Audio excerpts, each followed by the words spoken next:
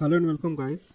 Now let's understand how to choose right number of centroid, or you can say K. Okay, so WCSS, which basically stands for within cluster sum of squares, which is measure of variability of data within a cluster. So it is calculated by summing the square distance between each data point and its assigned centroid within a cluster. So the lower the WCSS, the more similar the data point are within a cluster. So WCSS is commonly used in the elbow method to determine optimal number of clustering in K-means clustering.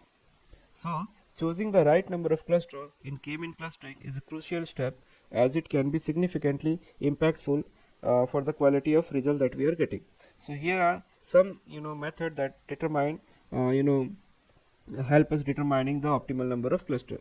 So first is elbow method, and it is very popular method, and you can see this is how output we get. Okay, so in the elbow method, it is a very popular technique for identifying the optimal number of clusters. So it involves plotting the within cluster sum of squares against the number of clusters. So basically this WCSS measures the sum of square distance between each point and its assigned centroids. So the optimal number of cluster is determined by identifying the elbow point in the plot, where the rate of decrease in the WCSS slow down. Then we have slotted score. Okay, and this is how it looks like. So basically the Celote method is another technique for determining the optimal number of cluster. So it involves calculating the Celote score for each data point, which measure how well each data point fit into assigned cluster compared to other cluster.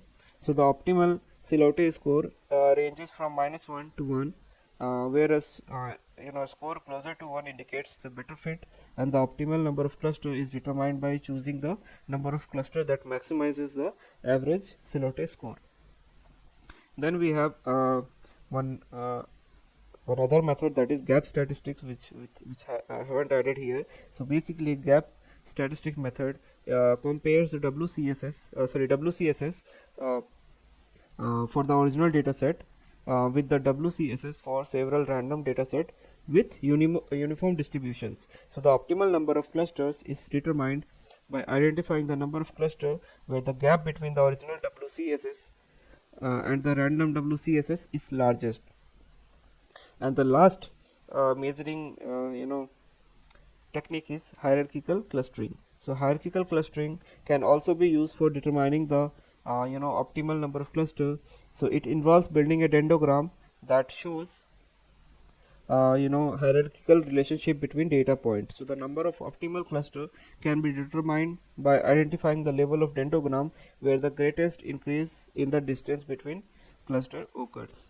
Okay, so the most common technique that we used in day-to-day life is the elbow method and the Celotes method, and they are very common, and they are used very common technique used to determine the optimal number of cluster in a data set for clustering algorithms such as K-means.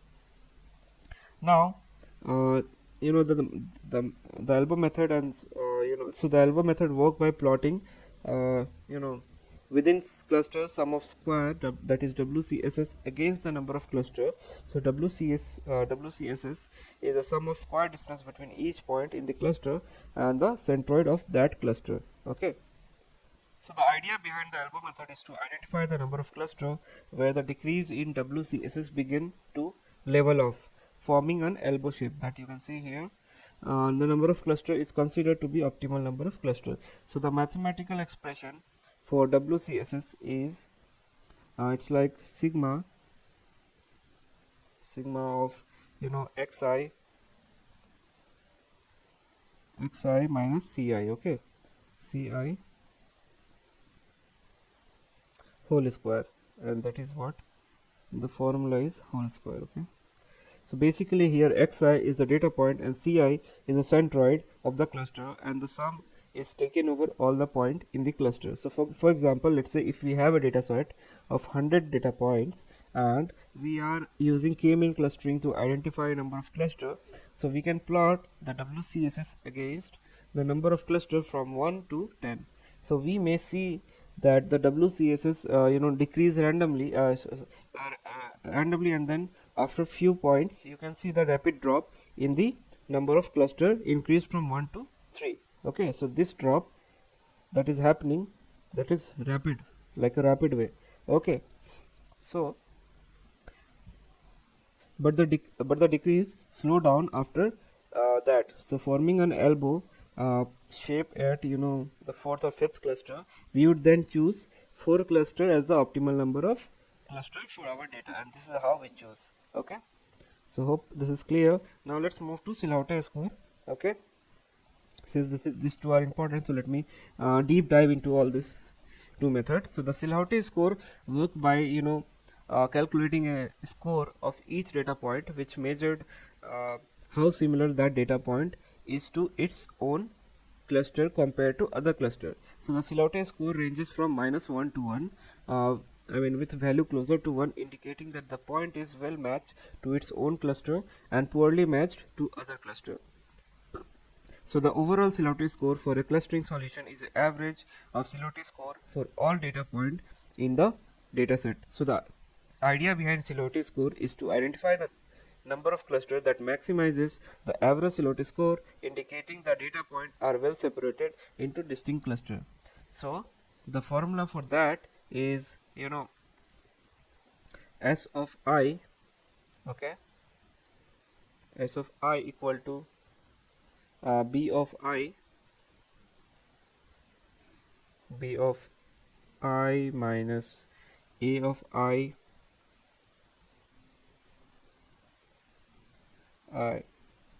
divided by, so this whole will be divided by max of AI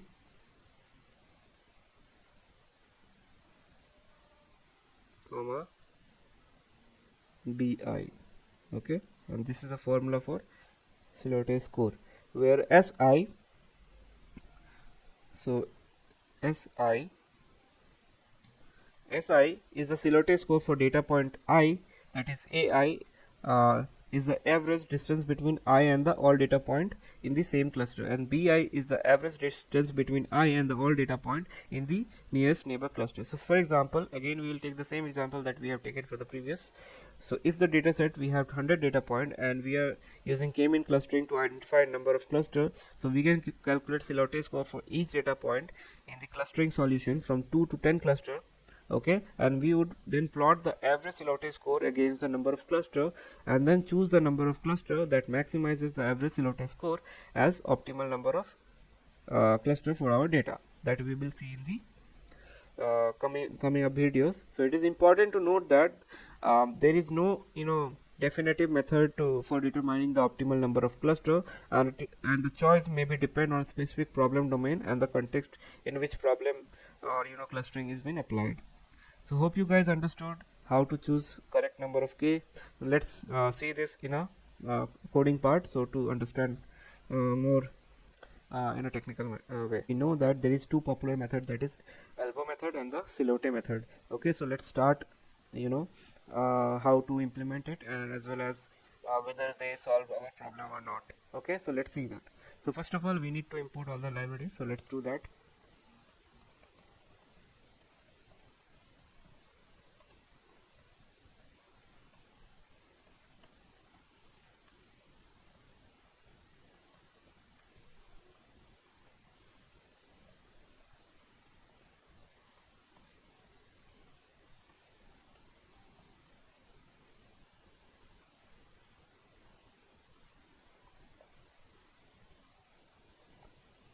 So this is for creating the data set.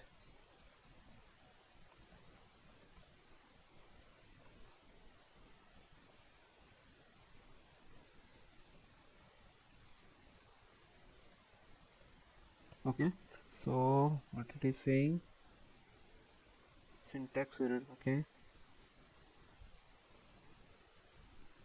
so we are done with all the necessary libraries.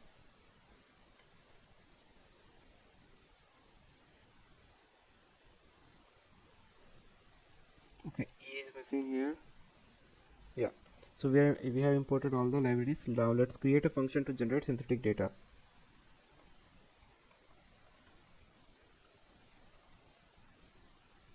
with multiple clusters. Okay, now data equal to, okay, so def generate synthetic data,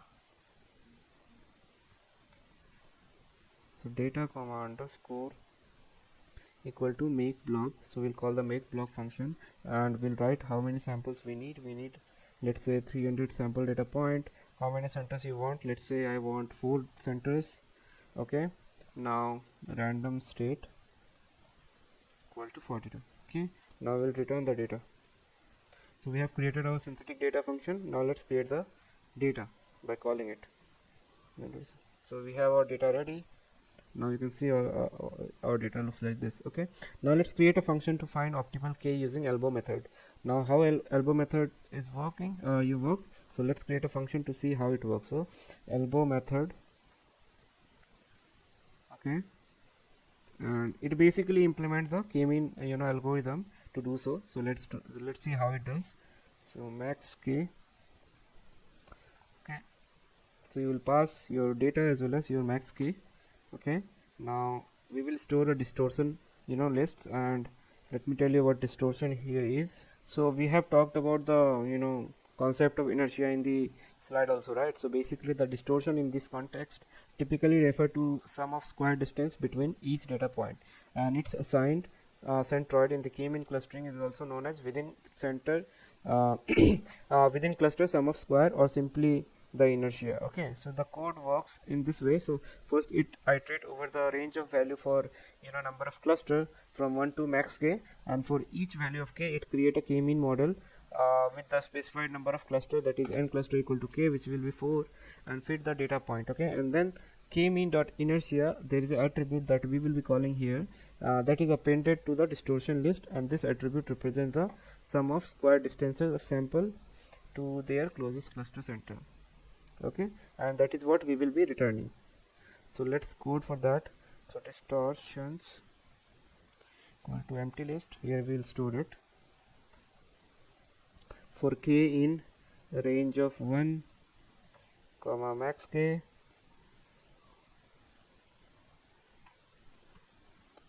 plus 1. Okay,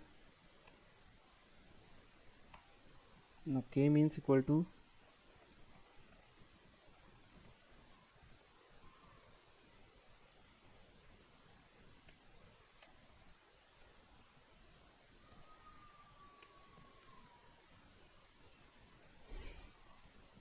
and then we have to pass random state also, which will be 0. So k means dot fit data, and then we'll append the distortion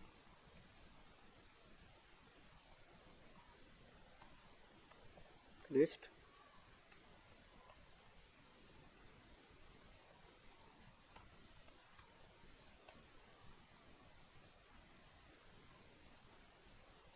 Okay, so we have created our elbow method. Now let's create the silote method. Okay,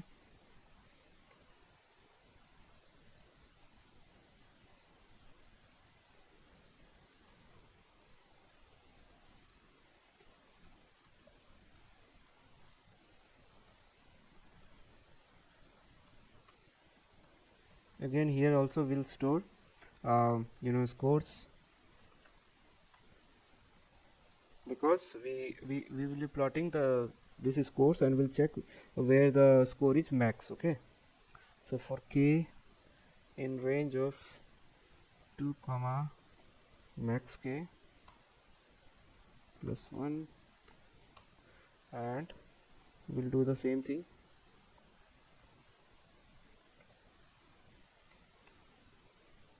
We'll create the k-means model, and we need the labels also here. So labels will be k-means dot fit predict data. Now we need to append the scores.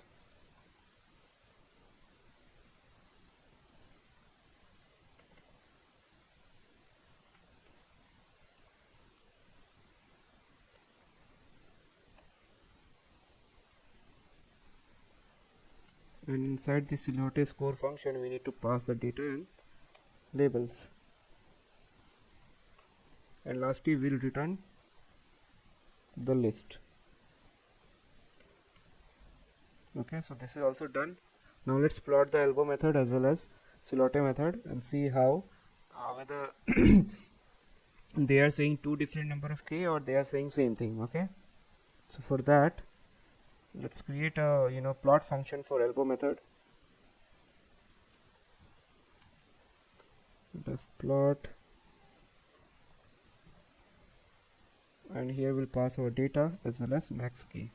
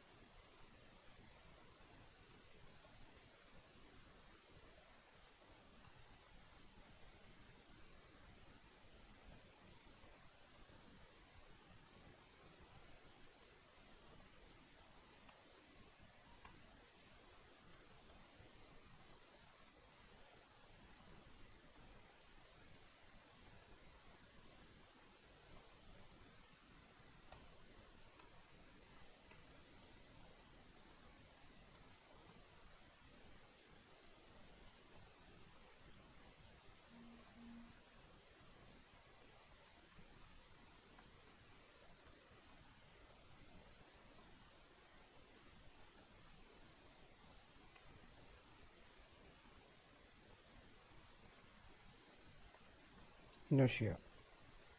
Okay, so first of all what we have done, we have got all the inertias, then we have plotted all the inertias, and then we have marked it as O, then title, X label and Y label. Okay, and then what we will do, plt dot show.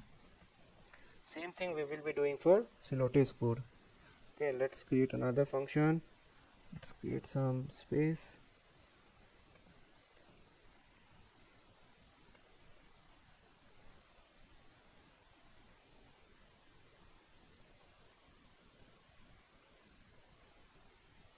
Okay,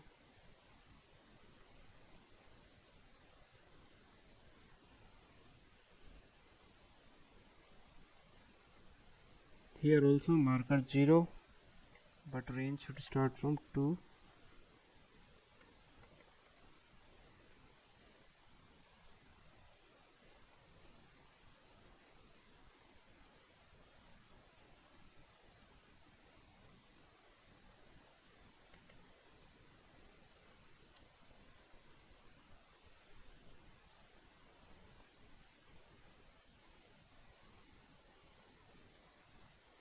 Okay, so let's this is also done. Now, so first of all we will define maximum value for k. Okay, so choose max value for k. Let's k equal to 10. Okay, now what we will do, we'll plot elbow method as well as silhouette method, and in the both thing we'll pass the same thing, that is max k.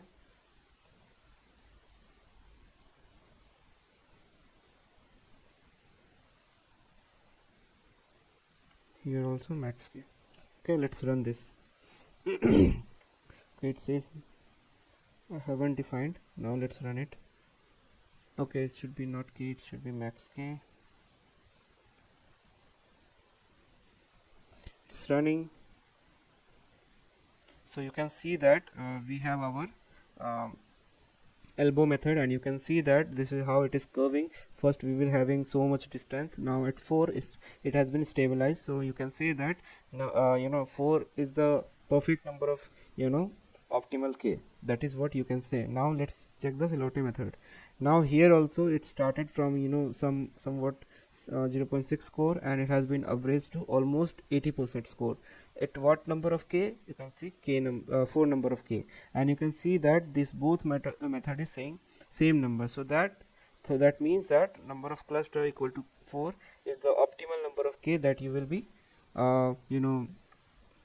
using for this this type of data.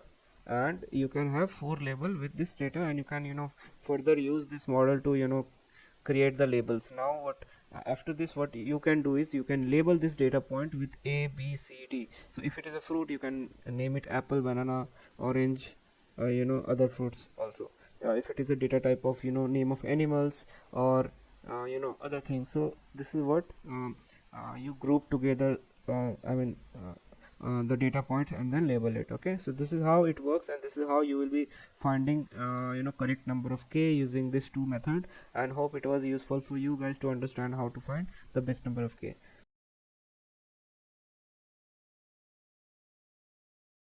So it will clear all the doubt of how these two algorithm differently work. Okay, so let's get started. So we will be using only one library, that is numpy. So import numpy as np. Now we'll create a function that is KMeans init function. Okay,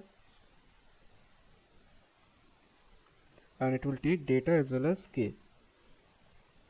Okay, so before we jump into the coding, so basically let me clarify some of the thing. That is the KMean implementation is an improvement over the standard KMean initialization to improve the quality of initial cluster centroid. That is what KMean drawback is. Okay, so this is what KMean algorithm is based on. Okay, so what we need to do is first we need to initialize first centroid randomly. Okay, so let's do that. Centroid equal to data of p dot random dot choice. So it will choose anyone. Okay, choice length of data. Okay, now after that, so this code starts by randomly selecting one data point as the first centroid and add it to the list of centroid. Okay, so now we'll create a loop. Okay, so for score in range of 1 comma k. Okay, so this loop will run k minus 1 time to select the remaining k minus 1 centroid. So the very first thing that we will be doing is we will be computing the distance and the probabilities. Okay, so let's calculate the distances. So np dot array minimum of np dot linear algebra dot norm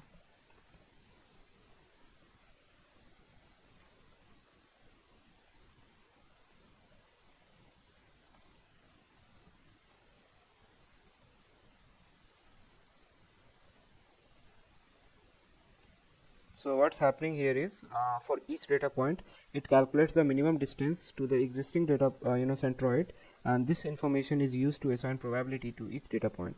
Now what we will be doing is we will create the probability, that is probabilities equal to distance by distance dot sum. So basically this is normalized probability. Okay, so normalizing the distance to convert them into probability, and that is what is happening.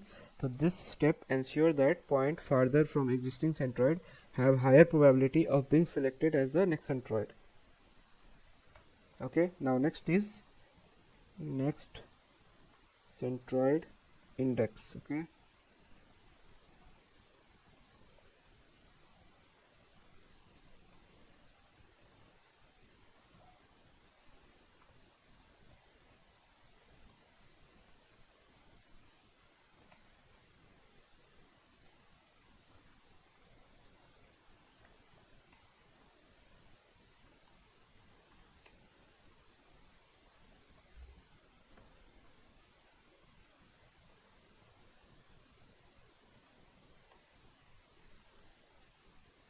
okay, so what's happening here is so using np dot random choice, it's used to randomly select the index of the next centroid based on the computed probability in the previous step, and then we are appending the new centroid to the list. So so after that we are returning the final array of centroids. Now we are done with the initialization part, so let's run this. Now we'll create the KMean function. Okay, and here we'll pass our data as well as k, and let's define our max iteration. Okay, so this is like a hyperparameter. For now, let's by default define 100. Okay, first initialize centroid using KMeans ++. Okay,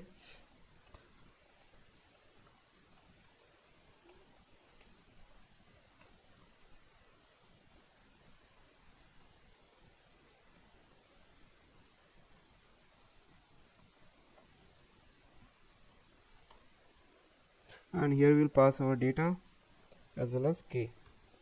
Now we'll run a loop for underscore in range of max iter.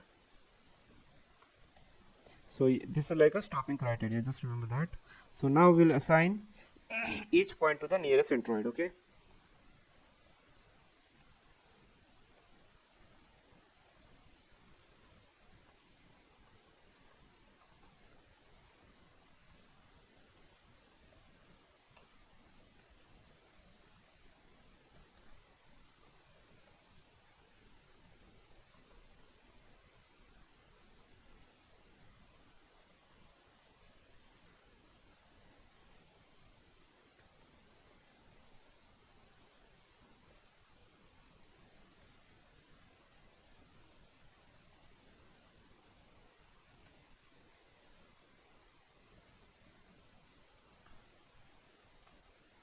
okay, now we'll update the centroids. So new centroids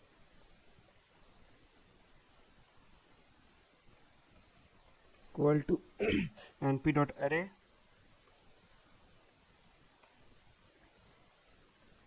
data of labels. It should be match with I, and we'll take the mean, and axis will be 0.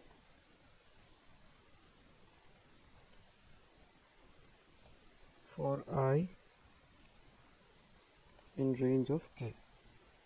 Okay, now again we will check for convergence. Okay, check for convergence. So if np.all centroids equal to new centroids, then we'll break, otherwise we'll update. Centroids equal to new centroid. Okay, now we'll return centroids and labels. Okay, so let's run the function. Now what we will be doing is we will be generating some synthetic data with 2 clusters. Okay, and then we'll call this function. So for that, let's create some space. So np.random.seed for setting seed. Okay, now let's create the synth.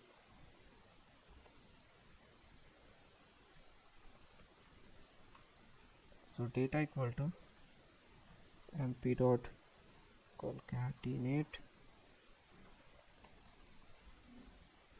np.random rand n t, 2.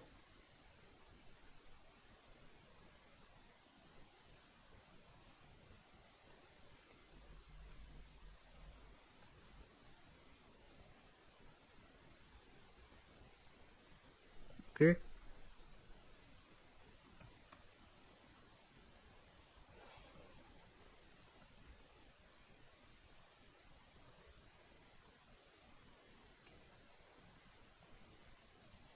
same way 50,2 into 0.5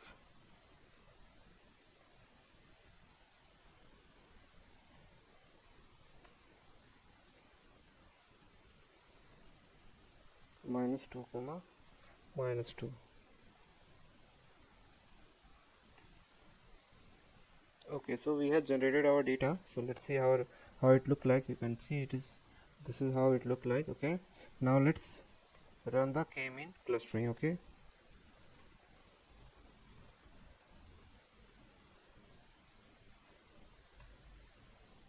so let's define k equal to 2, then final centroid comma cluster labels equal to, let's call the k-means, and here we'll pass our data as well as k. Okay, now let's plot them. Okay, so import plot leaf.pyplot as plt.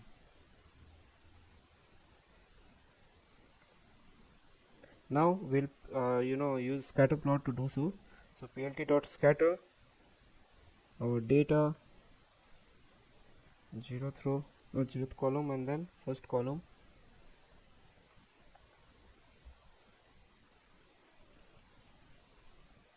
Then C will be cluster labels,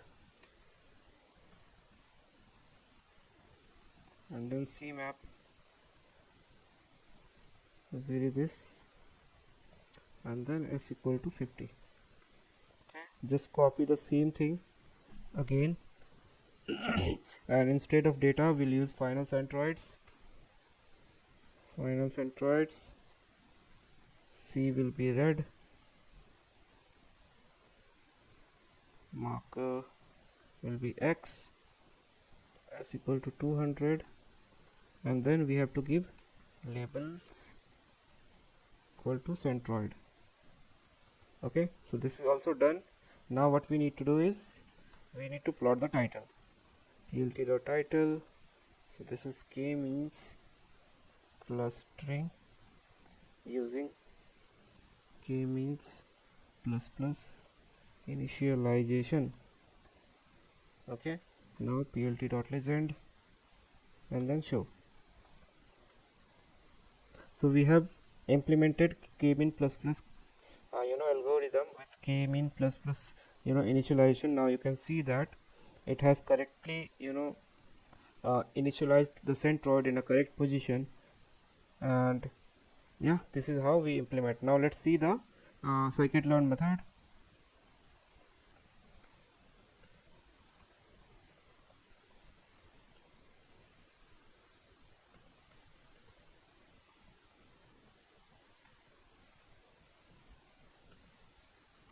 Okay, so you will see that it's just a few line of step, and we are done. Okay, so let's see. So first of all we need to import KMeans, and for that from sklearn.cluster import KMeans. Okay, now next what we need to do is we need to generate random data. Okay, so since we have already generated our data, no need to generate it. Okay, now next thing is let's call the kmean function. Okay, so kmeans equal to kmeans and cluster equal to 2, and then we will use initialization method equal to KMeans ++. Okay, and this is the only change from standard k-mean clustering algorithm. Okay, and let's set the random state to 0. Let's create the cluster labels, which will be k-means dot fit predict, and here we will pass data. Okay, and then let's create the centroid variable, and it will be cluster centers, k-means dot clusters centers. Okay, now let's plot the results. So use the same code that we have implemented above, and let's write this sklearn KMeans initialization. Okay, so and we need to change the final centroid with centroid, and label equal to cluster label. Okay, it's already cluster label only. Yeah, so that's all we need to change. Now let's run this, and we can see that it's same as above. Okay, so we can see that both the way we implemented and the scikit-learn method we have implemented correctly, because you can see the centroid as well as the data point both are in the same way distributed like earlier. Okay, so hope you guys understood how to implement k-means plus initialization, okay, algorithm, and then and this is how it basically improves its drawback, uh, and thus how with the existing knowledge, it just improves the initialization and then it does the algorithm very efficiently. Yeah, so yeah, that is what k-means plus algorithm is. Now that's all for this tutorial. See you in the next. Thank you.